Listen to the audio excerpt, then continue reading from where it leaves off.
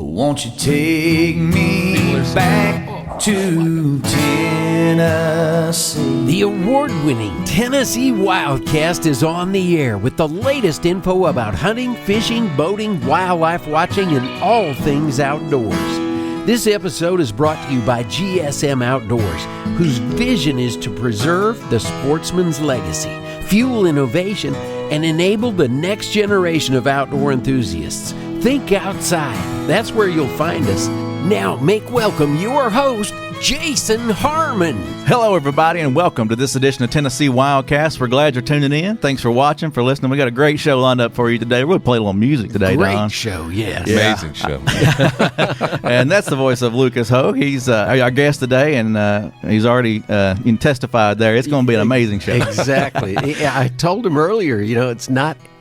hardly ever do we get a fellow Nebraskan on the show with us, So, Heck yeah, man.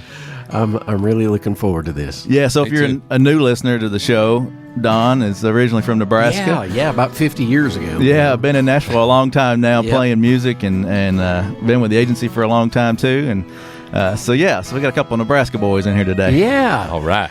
I'll say go Huskers. Normally I'm saying go Vols. I but know, I'll got say the it. Vols Go Big thing. Red. Yeah. I almost dug out my Nebraska flag that I fly on Saturdays sometimes, Nice, but I didn't get it done. So I'm sorry, Lucas. Next time. Next time. We'll do Absolutely. Something to look forward to. Definitely. Well, today's all about Lucas Hoge. We're going to dive into his career in music, and he's got a TV show called Hoge Wild, and it's an outdoor hunting and fishing adventure show, so it's going to be fun to dive into all that today. But first off, Don, do you want to hit a radio station? Yeah, especially in Lucas's honor. He just recently played the Opry again, Yeah. and so anyway, WSM, is one of our carriers on Saturday mornings at 6:30, and then every weekday you'll hear WildCast Extra as well. So anyway, good to have WSM and all our other radio partners on board. Definitely. We love our radio partners. We love our followers out there who follow us on social media, YouTube, Carbon TV. We're on Carbon TV now, so you can watch the show there. And then the podcast side of things. So go follow us on your favorite podcasting platform. This year we're doing a lot of giveaways, so stay in tune for those. If you like, subscribe, follow, comment, share. If you engage with us on our social medias accounts and things like that, we'll get your name in the hat. And we just had a great giveaway for the Predator calls and stuff that GSM gave us. So GSM Outdoors is going to keep us stocked up all year long for some great prizes. So. A lot more to come on those. Yeah. We got good stuff. It's great stuff. Well, Lucas, glad you're here. Excited to dive into your career a little bit and talk a little bit about how you got into the outdoors and music, and I guess just kick it off and share a little bit about yourself so folks who listen will know a little more. Yeah, well, I grew up in a super small town that you're familiar about, and right on the Kansas-Nebraska line, a little town called Hubble, Nebraska. And when I left, it was a population of 44. So oh, wow. I think there's 43 now. No, I think it grew, actually. As soon as I left, more people started coming in. Oh, they heard about Lucas lived here, yeah. Yeah. And we had a small farm there. Mom and Dad still live on that little bitty farm. And Dad finally retired from ag. So, he's just kicking back and causing problems to my mom, I guess, now. But yeah, I still love going back there as much as possible. But me and my brother grew up, hunting and fishing with my dad and my uncles, and it was primarily my uncle Charlie, who's recently passed away, but he's kind of the one who got us into bird hunting. Oh, wow. First off, upland birds, and man, he was a heavy hitter in that stuff. I mean, Pheasants Forever and all the members of everything, and me and my brother just took to it like a fish in water. I mean, just loved it. And every year if opening day would come on a school day, we'd take the school day off and go hunting.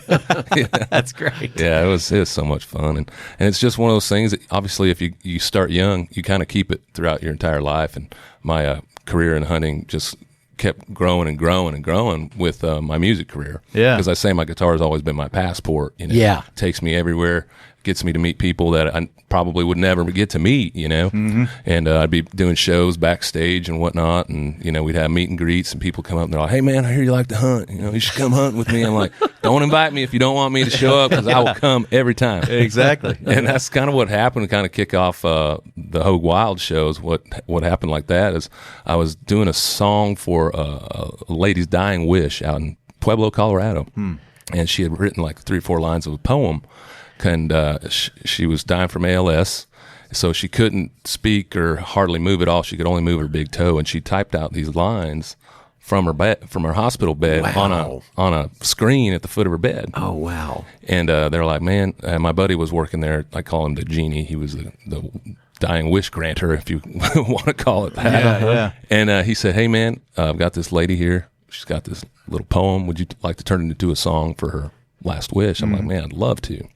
So I got together with my buddy Corey Barker, and he, added some lyrics, and I added some lyrics, and I literally sat my phone on my knee and hadn't even thought of a melody yet, but just played this thing, and it all came out. Came out. The whole song. I'm like, I'm not going to change a single thing. Wow. And I sent it off to him with that recording, and it ended up, they turned that recording into the radio station. It was like the most requested song ever in the history of that radio station. Wow. So I flew out there, to meet her, and one of her friends by the name of Mike Dario was sitting there, and he's like, man, thank you so much. If there's anything I could ever do, blah, blah, blah. I hear you like to hunt. If y'all want to go on an elk hunt, I'm like, yeah, see you there.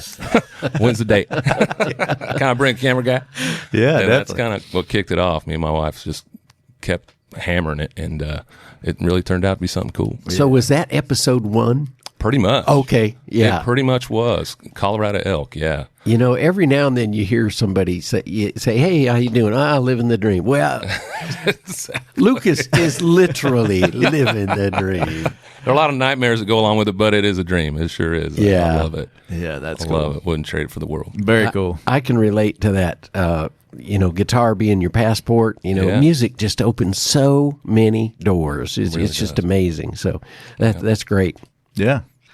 Well, let's dive into a song. We're well past the 5-minute mark, Don. So, Okay. good luck with your edit. But All right. let's do a song and use that passport. And he's going to share a new song from his new album, Book Yeah. About Me, coming out. Farmhand is the title of this one. Yeah, that's right. Obviously, growing up on the farm, this album is literally going to be a book about me. I'm kind of calling it Barn to Beach because I grew up in the farm and hunting and fishing and loving the Midwest and everything it has to do with that. But then when I met my wife, she was a California girl. Yeah. So she was like, oh, we're going to the beach. And then I fell in love with the beach, and I'm like, man, it's hard to split my time between both places. So I wrote an entire album kind of dedicated to that progression of my life, growing up in that little farm and then falling in love with the ocean and being able to do all those things. I love it. Yeah. This one's called Farmhand. It comes out February 28th. All right. Yeah.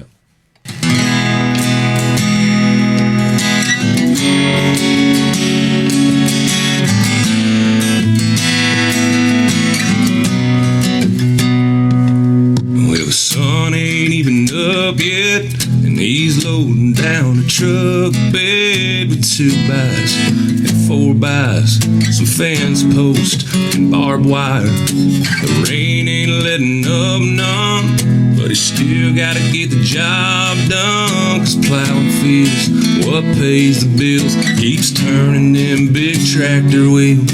Around and round and around they go. Another lap, another pasture, another road.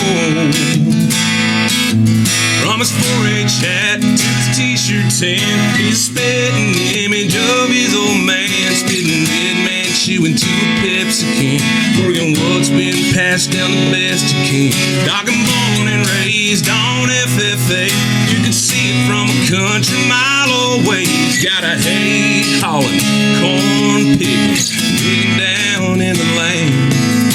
Kind when you shake, you can tell it's a farmhand.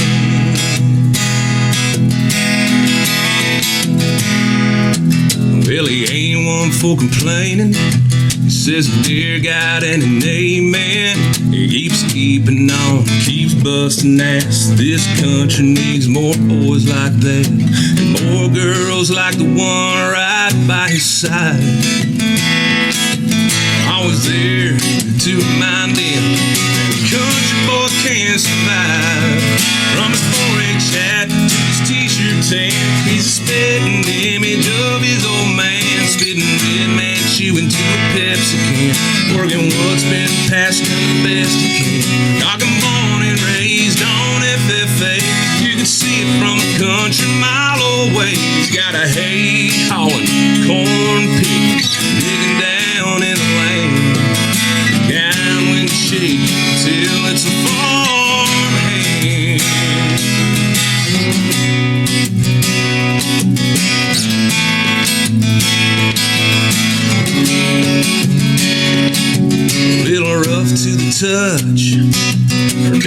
car they own. No, it don't take much. One shake and you'll know. From his 4-H hat to his t-shirt tan, he's a spitting image of his old man. Spitting dead man chewing to a Pepsi can. Morgan was passed down the best he can. Talking born and raised on FFA. You could see it from a country mile away. He's got a hay hauling, corn picking, digging down in the land. Cow and shake till it's a farm hand.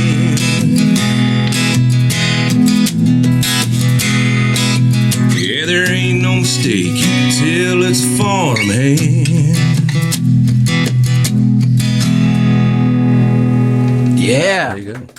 Yeah, that's awesome. I say this a lot with guests on our show with the music that they write. The imagery is awesome right there, and I'm sure a lot of our listeners growing up on farms and in the outdoors, I mean, they can resonate with a lot of those lyrics. And Absolutely. The video plays in your head. yeah, Good.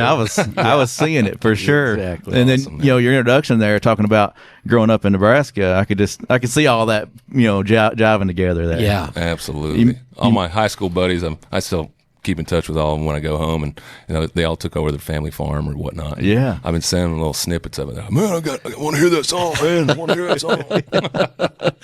That's right. I mean, it fits. It fits. Hey, speaking of hometowns, tell us a little bit about the story. I noticed in your bio there's a mention about the hometown supporting you. Yeah. On the big send-off. They did a fundraiser for you. Yeah, it was one of those, it was just a cool moment. I've been singing around our county and our state for quite a while before I decided to take off, and it was kind of right out of high school, and went to college for a year at Milford, and then I was like, man, I'm going to try this for real, and I put on a little concert at the auditorium there in Chester, and invited all my band that I was playing with to play with me, and my brother to sing, and my dad to sing, and any other singers that we neat. played with, and Yeah. some of the women's club and my mom, and they all made quilts and they auctioned them off and made baked goods and auctioned them off and gave me all the money at the end, and it was really cool. And they just slapped me on the back, said, "Get on out of here, boy." Got you a good start. Yeah, it was pretty great. Yeah, Great. hoping, wishing you the best and give you a jump start there to It really a successful helped, dude. career. Yeah, it was cool, man. That's cool. Did you see it coming? Did you know that was happening? Yeah. I knew what we were trying to do, and they were everybody was really cool about it. Yeah. But I didn't know it was out front in the foyer. There was a quilt that my mom had made, American flag quilt and all stuff. But everybody that came in, she had them write a little note on the back of that quilt, and I still have that quilt, hanging in my studio. It's really cool. Man, that's nice. All 50 Inspiration. people. No, I'm kidding. A few more than that. Shut But up. 44 now. Yeah, exactly. Oh, that's awesome. That's awesome. Well, tell us, we'll stay on the music track here a little bit. You're number one on the Billboard. Tell us about reaching that milestone there. Man, it was crazy, and it's crazy to watch how your live shows change when you get to those different levels of your ladder trying to grow, because it's hard to get people to come to a show regardless of who you are. And you even ask Blake Shelton, he's like, man, nobody even showed up to my shows until I had this third number one. I'm like, Yeah. exactly. Yeah. And I remember going back after I got that number one. It was the country album sales chart, which was really cool because I beat Chris Stapleton out and everybody. And I was like, man, this is I'm onto something here. Exactly. And went back and did a show back home, and man, there was probably 1,500 people showed up. I mean, in that little town, and we blocked off the road, the intersection down there by the grain elevator, and put up a big stage. And man, it was so much fun, and the career just started sailing after that. Those little milestones really help take you to the next one. Mm-hmm. Looking out in the audience and seeing lips moving with the lyrics, that's cool too. That's the ultimate, isn't exactly it? right. Man, that's when great. people know the music and come to love it and watch it, and and follow it was pretty incredible. And then you try and keep that momentum going, and it gets harder and harder and harder. Yeah. It's a fun business, but it can be a tough one sometimes. Yeah, it really can. Yeah.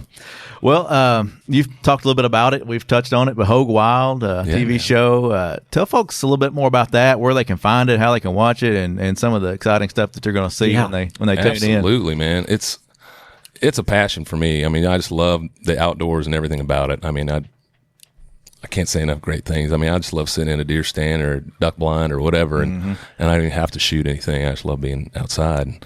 And the show spawned from that story a little bit about playing that song for that lady, and then my wife, coming from the film and TV background, that was her mission was like, you got to be on TV. We need to put you on TV. Cool, yeah. And the first show I was ever on was called Last Chance Highway. So I was rescuing dogs in the South, and about 180 dogs every week. And we were getting them to their new homes up in like the New England states. Because down here, all the shelters are overrun with dogs. Right. And up there, all the shelters are virtually empty because everybody, I want a dog. Yeah. In their little apartment. It's real nice. But but it spun from that, and that show went away, and I was like, man, I love TV. I loved what everything about it. So we started putting Hoge Wild together and just reaching out to all outfitters and just kind of starting my story that way, because like I said, that passport and that guitar-shaped case, man, it's taken me all over the world, from New Zealand to Saudi Arabia to Syria, to Jordan, you name it. Entertaining the troops, that's another big part of your career, isn't it? Yeah, and trying to hook up another tour to go back over, nice. Probably next year again. But I've done a lot when it comes to the music side of things, so I wanted to continue that outdoor adventure stuff, and it's really panned out and just played well in my life. Cabela's was one of my big sponsors out of the gate before I even had a series at all, and they were paying me to promote products and go all over the place wearing Cabela swag, and I loved them because they were Nebraska-based. Connection. Yeah, the Cabela family was amazing. Mary was such a sweet lady, and I opened up, I think, 55 of their stores when they do the big grand openings, and they knew how to do it, man. Oh yeah, it was incredible. There were 5,000-6,000 people waiting in the parking lot to get in. Yeah. So as a captive audience, I sat out there. We had a stage. I bring my band, and we'd perform for them for probably about an hour and a half before the doors opened. And it was just so much fun. And I started talking to them like, hey guys, I want to do this TV show, and would you guys be my title sponsor? And they're like, absolutely, let's rock and roll. And it kind of sailed off from there. And like I said, just getting to hunt in the States was cool. And I'd never gotten to hunt overseas. And I had a kind of a 360 moment that just happened this year. We're filming for season 6. And I'm sitting on a mountain in Macedonia, about 7,500 feet, going after some chamois up there. And I look over, and I'm talking to my guide, speaks perfect English, by the way. And I'm like, it's like, is that a military base? I hear bombs and stuff going off. They're like, yeah, they're doing military training. I'm like, is that Camp Bondstill? Or I can't remember the name, if that was it or not. And he's like, yeah. He's like, you been there? I'm like, yeah. Back in like 2009, I was flying over in Blackhawks, going all these little bases, and I flew over the mountain range that I was sitting on, hunting chamois. Oh, neat. And I'm like, flying and thinking back, I'm like, man, I remember going, that is a beautiful country. I'd love to see if I can hunt there, what we can hunt. I remember saying that specifically back then when I'm flying in that helicopter with my guitar on my back, and now to be able to come back with a rifle on my back and actually get to hunt in that exact spot. It was like, I had the chill moment. I was like, man, this is cool. That is awesome. Yeah, that's neat. That's awesome. Well, it's cool that your wife is right there with you and backing you. And a big supporter. Sometimes it's hard to get the wife on board without outdoors and hunting. And letting you be away so much. And so but true, she's right man. there with you. She is, and obviously the music business is hard enough. They say 6 strings are hard on diamond rings, and that's the truth, man. And if she's right there behind me every step of the way. If not in front of me. I'm following her because she's so good at what she does, and for her to be supportive of the hunting and stuff too is just amazing. Yeah, it's really a trifecta. That's cool. Well, let's. So you said season 6. Yeah.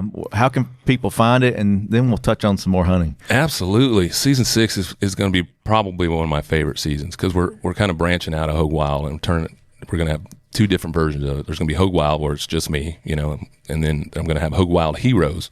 So I'm bringing on some of the military guys that I met going overseas for the last 12 years. Oh, nice. And the servicemen and women that maybe have never been on an adventure, or they need a little love or something like that, or just take them out of their element a little bit. So we're going to bring them on the show and take them on a gator hunt or a pheasant hunt or a deer hunt, or maybe take them to Africa. We're awesome. Going after donors right now, because now Hoge Wild Heroes is a full 501c3. So people can donate and get 100% tax write-off and help our military in the process, which is going to be really fun. Very cool. That's a great way for folks to heal too. I mean, just Absolutely. being outdoors. Yep. We've said it a lot with some of the wounded soldier hunts and things we've done.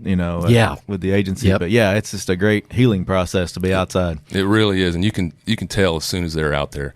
So we took our first responder by basically he was he's now retired highway patrol. I don't know if you remember about 5-6 years ago, there was a highway patrol in Atlanta who got run over by a drunk driver while he was stopped, giving a ticket to somebody else. Yeah. And they drug him for almost a mile. I mean, just tore him up. I'm surprised he's still alive.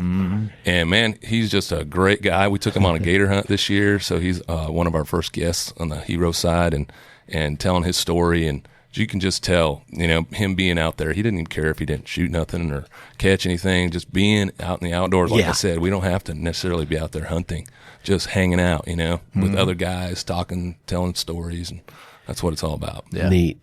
Yeah, no, definitely. There's something to say about just hanging around the campfire or at the cabin or whatever, just chatting and reliving the day. It's a of big the hunt, part of it. For Exactly. sure. Yeah. But everybody can watch the show on Sportsman's Channel every Monday at 6:30 Central Time.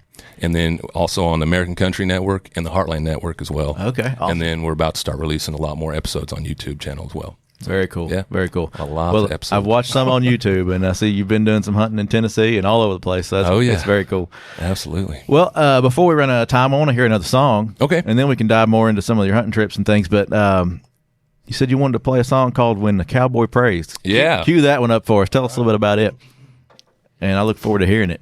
Yeah, this is one of those titles that I've been talking, throwing around in different writing rooms, and I got with my buddy Justin Lance. He's probably one of my favorite writers in town for good old cowboy country songs, It's hard to find these days. Yeah, yeah. And I'm playing this song after we write. I'm playing it at the NFR last year in Vegas, which is National Finals Rodeo. And Forey J. Smith, who plays Lloyd on Yellowstone, was doing an autograph signing like just across the curtain on the other side of the stage. Yeah. And he heard me playing the song, and he stopped his autograph line and came down and sat right at the end of the stage and just listened to the song. And every time I get to the hook, he'd go, yeah. Forey, he's pretty vocal. I could see it, yeah. Great dude. And he come backstage, and we got to talking, and I said, man, would you want to record it with me? I haven't recorded it yet. He's like, really? Yeah, that'd be cool. He's like, what do I need to do? I'm like, nothing really. I mean, tell me where you live. I'll bring a portable studio out, and we recorded it right there in his living room. Awesome. It turned out so great. So here's When a Cowboy Prays, if I can remember the word. You got it.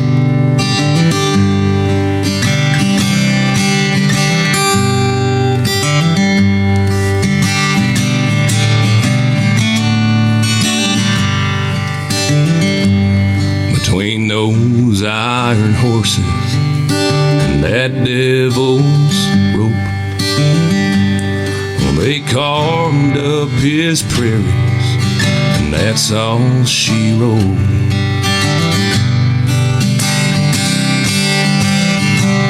Well, now his way of life ain't a life anymore. Wouldn't think there'd be much that he'd be thankful for, but he thanks God for horses and star-covered nights and the occasional shade of a cloud rolling by. The love of a woman in spite of his ways. That's why the Almighty's smiling when a cowboy prays.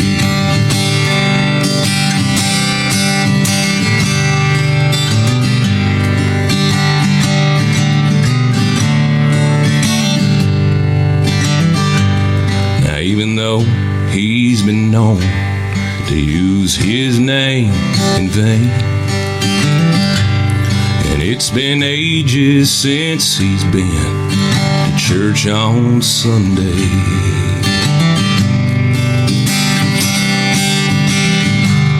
The Lord loves all his children. Well, he don't care who they are, because that old cowboy holds a special place in his heart. thanks God for horses and star-covered nights and the occasional shade of a cloud rolling by. The love of a woman in spite of his ways. That's why the Almighty's smiling when a cowboy prays. But yeah, he takes off his hat and he humbly gives thanks. That's why the Almighty's smiling when a cowboy prays. That's why the Almighty's smiling when a cowboy prays.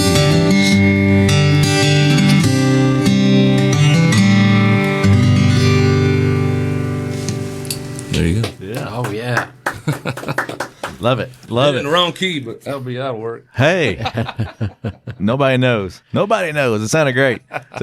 Thanks, brother. Well, we're about to run out of time. I'm going to try to touch on some of the other things that you're doing. I mean, Absolutely. We talked hunting and fishing, but the Belize Songwriter Festival, I saw this on your Yeah. social media, and I'm like, man, this is really cool. So, in 2 Absolutely. minutes, tell us about it. Absolutely. So, obviously, Hoge Wild, we were down in Belize filming for an episode, and I brought a couple songwriter buddies on to be my guest, and we were staying at this beautiful, beautiful resort. And so I was like, hey, we're going to give away a songwriter night. So we propped up in the lobby and let them get, advertise for like 2 days while we were there, and said whoever shows up, free, whatever. And there's probably 300 people showed up there in that little town of Hopkins, Belize. Wow. And I was like, man, there's something here. We started a festival 4 years ago now, and it keeps growing and growing every year. nice. I bring down huge songwriters. I mean, I had Paul Overstreet last year. We got Robbie Clausen. I mean, Forrestine Whitehead. Bringing Jamie O'Neill down this year. Wow. Greg Campbell. I mean, it's going to be an amazing lineup. We tell everybody, come down at least 2 days before the festival starts. It's May 23rd and 24th in Hopkins, Belize. Go to BelizeSongwriterFestival.com, and we'll help you book your rooms and book your adventure. And it's just an amazing time because everybody gets that one-on-one time just like this. Yeah. Hanging out with songwriters that have written hits. You'll be like, oh my God, I can't believe he wrote that. Oh my God, she wrote that. People that are sitting there going, oh my God, this is amazing. Yeah. Lucas, I appreciate you being here today, thank you, sharing guys. some of your stories, sharing some of your songs, and I look forward to seeing the next season of Hoge Wild. Me Looking too. I forward to can't it. wait, man. We're going to some amazing places. Like I say, we're in Istanbul, Macedonia, sailing the Mediterranean Sea, and then we're going to be in Australia, bringing some troops over with us. Awesome. Hanging out, just All having right. fun in the outdoors, like we do every day. Best place to be. That's right. Well, Don, thank you. Thank you. And this is Tennessee WildCast. Keep coming back, keep watching, keep listening. We'll see you next time. Stay connected with TWRA by visiting our website at tnwildlife.org and follow us on Facebook, X, and Instagram. You can invest in Tennessee's wildlife future by purchasing a license at GoOutdoorsTennessee.com. That's GoOutdoorsTennessee.com.